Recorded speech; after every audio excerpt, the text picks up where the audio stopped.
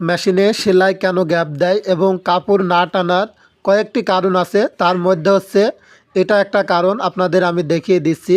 তো এই কাজটা করলে আপনাদের কোনো সেলাই গ্যাপ দিবে না। তো প্রথমে হচ্ছে এই নাট দুটা সুন্দর করে খুলে নেবেন।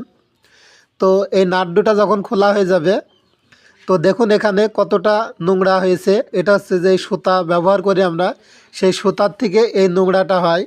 এরকম নোংরা থাকলে আপনার কাপড় টানবে না, সেলাই গ্যাপ দেবে। এটা হচ্ছে অনেকগুলা কারণের ভিতরে একটা কারণ।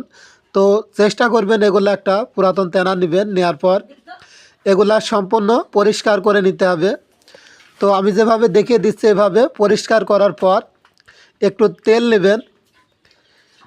এভাবে পরিষ্কার করা হয়ে গেলে এখন তেল নেবেন, একটু তেল নিয়ে এখানে কিছু জায়গা দিয়ে দিবেন।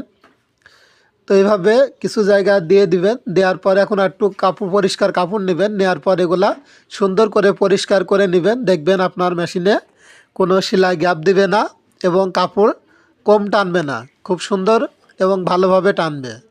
তো এরপর এগুলা এঁটে নেবেন নাটগুলা।